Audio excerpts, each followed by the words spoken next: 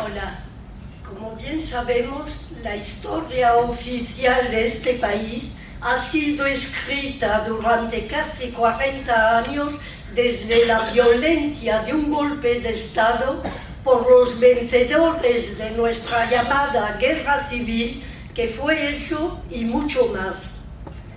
Y han tenido que pasar mucho tiempo, años y años, años negros de represión y dictadura, hasta que la versión histórica impuesta por ellos, a fuerza de terror, empiece a requebrarse y caiga al fin el espeso muro de silencio con el que pretendían sepultar la verdadera historia social de este pueblo, la que es tiempo y vida humana, risas, penas, lucha, esperanza, sufrimiento y muerte.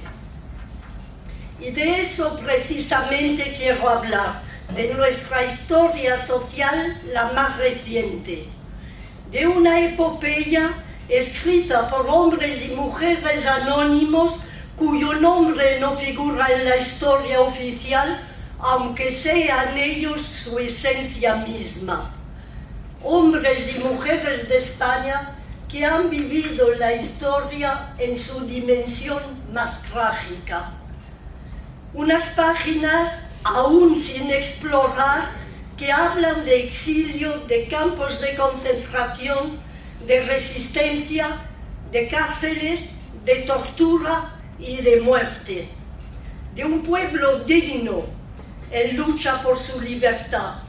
Gente sencilla, gente de cada día, ni élite, ni héroes, hijos de ese pueblo llano al que Antonio Machado celebraba por boca de Juan de Mairena, que decía así al hablar de la patria: en caso de peligro, los señoritos la evocan y la venden. El pueblo la compra con su sangre y ni siquiera la nombra. De ese pueblo se trata. Pueblo abandonado, condenado al destierro. Pueblo que fue traicionado por unos y por otros. Porque he tenido la inmensa fortuna de crecer a la luz de su ejemplo, compartiendo con ellos las miserias del exilio, los campos de concentración de Francia y la desgracia de otra guerra, todas las luchas, esperanzas y desesperanzas de estos años tan duros del destierro. Hablaré pues desde mis propios recuerdos, como testigo directo de hechos y episodios vividos a su lado, desde la memoria dolorosa de unos derrotados que jamás se dieron por vencidos. Pero antes, porque quiero dejar claro desde dónde hablo, precisaré lo siguiente, aunque Pepe lo ha evocado. Bien, como bien dicho por él, me llamo María Amparo y nací aquí, en esta tan castigada piel de toro nuestra, un día de abril, en plena guerra civil, cuando la aviación fascista, por primera vez de la historia, bombardeaba a la población civil, sembrando muerte y espanto. Soy hija de luchadores antifascistas. Él, teniente de asalto, miembro de la UNE y de Reconquista de España, más tarde en Francia, teniente de la FFI, les Forces Françaises de l'Intérieur, partido de Gaulle, en los maquis, y en octubre del 44, uno de los casi 4.500 Don Quijotes que se lanzaron al asalto de los Pirineos por el Valle de Arán. Ella, miembro de las Juventudes Socialistas y delegada del Socorro Rojo Internacional. La victoria franquista alcanzada con el fuerte apoyo de armas y tropas nazifascistas, con la complicidad y el dinero del gran capitalismo, y bien servida por una no intervención totalmente parcial que respondía a intereses geopolíticos no confesables. No les dejó a los republicanos otra opción que exilio o muerte. La caída de Barcelona en enero del 39 iba a generar la más colosal desbandada jamás conocida. Mis padres, conmigo en brazo, se unieron a ella, a las tristes e interminables columnas de derrotados que desde días y días para algunas venían caminando penosamente desde lejanos lugares de la península, con niños en brazos, maletas al hombro y atajos de fortuna en dirección de la frontera, esperando encontrar en Francia, patria de los derechos humanos, asilo y fraternidad. Pero los tiempos no eran tiempos de humanismo. Y el asilo esperado fueron los campos de concentración. Para uno, los que pasamos por los Pirineos, fueron campos en el sur de Francia, todo lo largo del Mediterráneo, y algunos albergues improvisados en el resto del territorio, donde los franceses encerraron para vigilar a la increíble marea humana que cruzó su frontera en febrero del 39 y que llegaron a su territorio, como bien dicho antes por el compañero, con la etiqueta de indesirable, es decir, indeseables. Y eso solo auguraba ya mucho para nosotros. Para otros, los que salieron de Alicante principalmente, y para también los que fueron asignados a residencia porque considerados peligrosos, iban a ser los terribles campos de concentración de África del Norte, Jelfa, Ogari, Adjara, McGill. Nosotros pasamos por Portbou el día 7 de febrero con las tropas de Franco pisándonos los pies y con la aviación fascista bombardeándonos hasta las puertas mismas de Francia. Gerona había caído el día 7, Figueras el 8. El día 9 de febrero las tropas franquistas llegaban al Perthus. El general francés Falgade saludaba con evidente simpatía al general franquista Jordana. El día 10, Francia cerraba su frontera. Nuestra suerte estaba echada. Para asombro y desesperación de los 500.000 refugiados que, a pesar de todo, de la guerra, de los bombardeos, de los cuerpos deshechos, de los duelos y dramas que vinieron arrastrando hasta la frontera, cuando entraron en el territorio francés, los campos de concentración iban a ser el cementerio de las últimas ilusiones. La Tour de Carol, Saint-Laurent-de-Cerdan, Montlouis, pueblos del Pirineo de triste memoria, en donde por única cama tuvieron el suelo helado y la nieve de febrero. Argelès-sur-Mer, Saint-Cyprien, Le Barcarès, las arenas frías y mojadas de unas playas de invierno castigadas por la lluvia y la tramontana, ese viento huracanado que se cubre de nieve al pasar por los Pirineos. Argelès-sur-Mer, hombres, mujeres, niños, ancianos, milicianos y heridos tirados sobre la arena, sin techo, sin abrigo, sin agua potable ni aseo posible, amontonados como ganado en corral, presos entre alabradas de púa frente a un mar furibundo.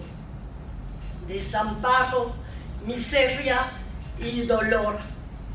El encierro en condiciones infrahumanas, el hambre, el frío, el racismo, la angustiosa promiscuidad, la arena por cama, el cielo por manta y los rugidos del mar. Los piojos, la sarna, las epidemias, las alambradas de púa como único horizonte, la arenitis, ese mal que procura la arena de las playas, que ciega los ojos y que ahoga las almas, y los morros a caballo, temor y espanto, y el mar como única salida, la locura y el mar. En ese campo de Argelès-sur-Mer de tan triste memoria, miles de niños españoles empezamos a descubrir el mundo en su faz la más inhumana, sufriendo, igual que los adultos, toda la dureza de los campos de concentración franceses y el peso de todas las humillaciones y sufrimientos que fueron impuestos a nuestros padres, empezando por la cruel separación de las familias a cargo de unas instituciones desalmadas que vino a romper sin compasión ninguna lo que nos quedaba de familia. La mía, como miles de otras, sufrió ese tremendo desgarro. Nuestra dispersión por todo el territorio en los 1001 albergues reservados a los refugiados. Como 1800 compañeras de infortuna, mi madre y yo pasamos por el campo du Clocher a Guéret, después por la Vavée-les-Mines y por la cárcel también, una vieja cárcel del centro norte de Francia, insalubre y desafectada, cuyos últimos inquilinos habían sido los presos alemanes de la Primera Guerra Mundial, 1914-1918. Allí encerraron 75 mujeres y niños en noviembre del 39. Allí, en esa cárcel de Aubusson, cumplí yo mis 2 añitos. Era yo entonces demasiado pequeña para tener recuerdos conscientes de tan inhumanas condiciones, pero aún, y no siendo gran admiradora de Freud, sí creo que todo lo vivido está marcado para siempre en mi subconsciente. El ruido del doble o triple cerrojo de la cárcel que cada noche resonaba en la oscuridad, las ratas que se paseaban sobre los cuerpos tirados en la paja de las celdas, los latidos del corazón de mi madre abrazada a la cajita de cartón que tenía ella apretada sobre su pecho y en la que dormía yo para protegerme de esos bichos asquerosos. Todo lo he resentido. Mis recuerdos propios empezaron un poco más tarde, en 1942, cuando ya tenía 4 años, y que me tocó vivir de pleno el racismo y la xenofobia de esos años tan duros del destierro. Recuerdos que se iban a clavar de manera definitiva en mi mente de niña un día fatídico del 44, cuando vi a los alemanes fusilar a 2 hombres y una mujer y llevarse preso a mi padre. Sin embargo, unos y otros, recuerdos conscientes e inconscientes, han dejado huellas profundas en mí porque, de alguna manera, unos y otros los he vivido en carne viva. Ser niña de un destierro abrumador, crecer lejos de tu cuna natal como refugiada, en un país del que no entiendes ni hablas la lengua, un país que maltrata a tus padres. Si tu n'es pas content, va-t'en chez Franco. Si no estás contento, vete con Franco. Es una experiencia muy dura, pero una experiencia que te hace crecer muy pronto y madurar en conciencia. La mía se ha forjado día a día al amparo de mi pueblo de refugiados, de unos hombres y mujeres que me abrigaron cuando niña y que me ayudaron a crecer firme y fuerte en el entorno desolador de los campos de concentración y de la guerra en que empezó mi vida. Ellos y ellas han sido, tal vez sin saberlo, mis mejores profesores. Hoy, después de todo lo vivido, terminada ya mi vida profesional y sin efecto ninguno ya mis títulos universitarios y demás, puedo decir en conciencia, ellos han sido mis más bellas y mejores humanidades. Eran demócratas y republicanos, eran comunistas, anarquistas, socialistas, la lie de la terre, decían ellos. La est, oui, monsieur. Rechazados y perseguidos, vivíamos en la más negra de las miserias, miserias materiales, pero también en el más brillante de los ambientes intelectuales.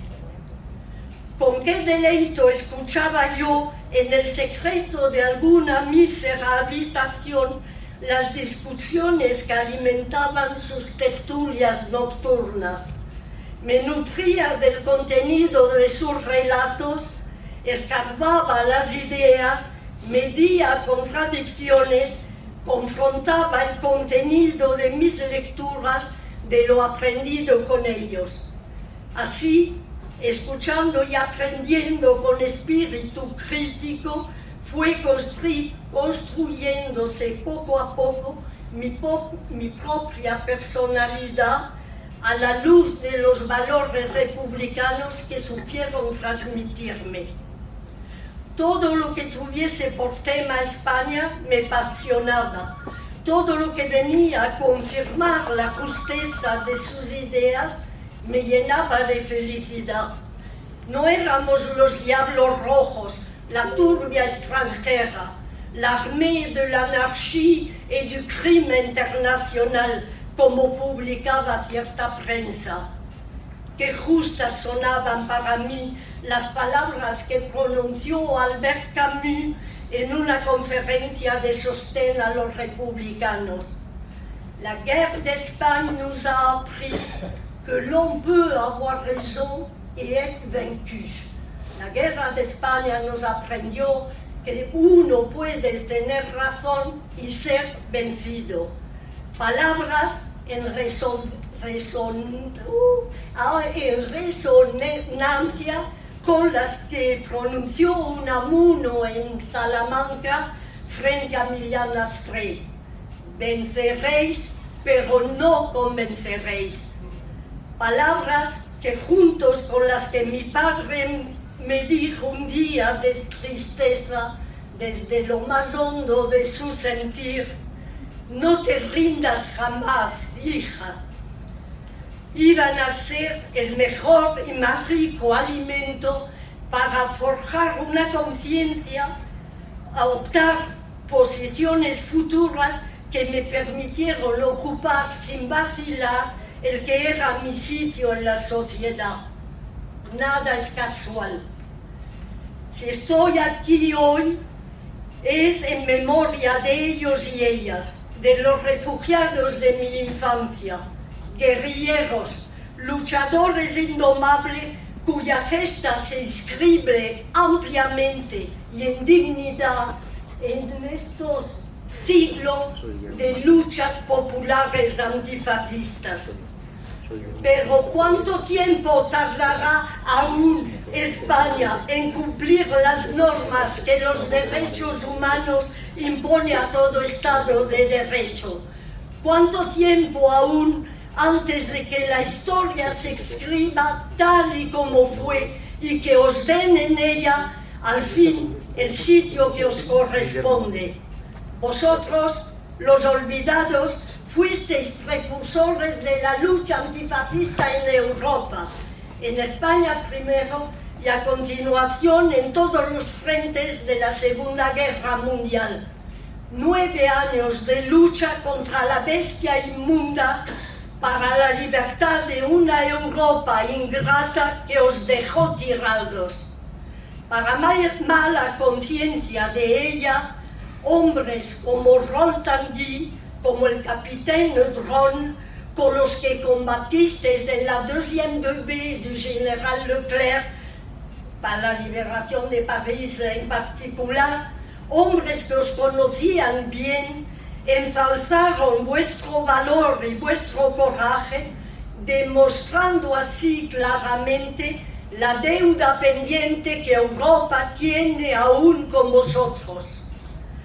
Porque desde los mismos campos de concentración en donde Francia os humilló, muertos de hambre, medio desnudos y en alpargatas, fuisteis de los primeros en alzaros contra el ocupante nazi.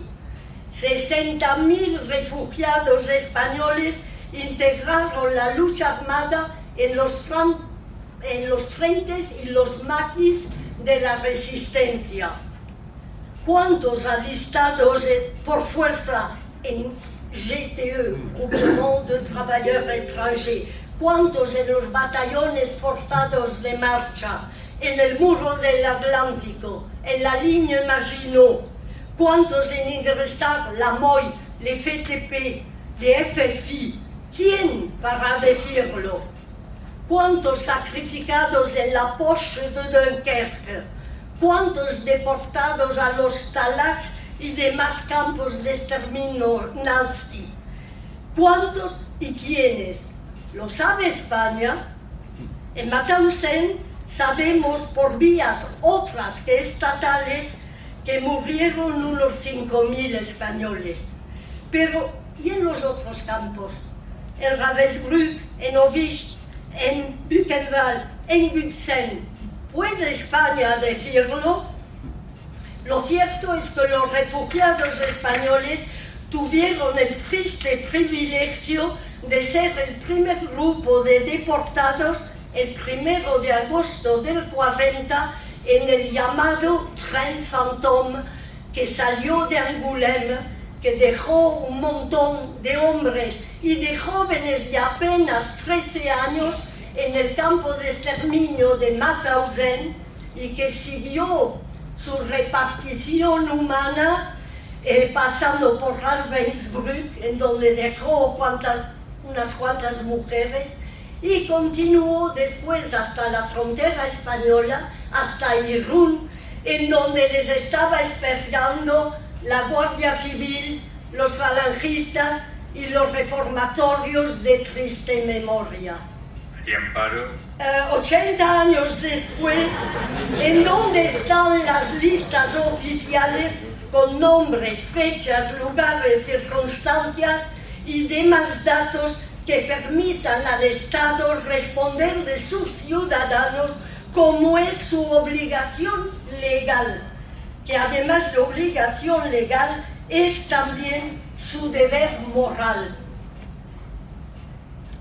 Dejarles en el olvido, sin nombre, sin edad, sin identidad, es como muerte civil, hubiese dicho Miguel de Cervantes. Es darles la muerte por segunda vez. A medida que el tiempo nos aleja de los hechos, los actores y testigos directos van desapareciendo. Y mientras, parafraseando a Rubén Darío, bajo la tierra duerme el dolor. La historia social del pueblo, lo luchado, lo sufrido.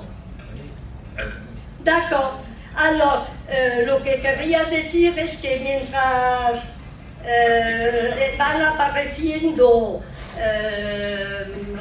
historia revisada, voilà, en fin, bon, tant pis, os dejo meditar con esto. Otra vez será, pero es lástima de dejar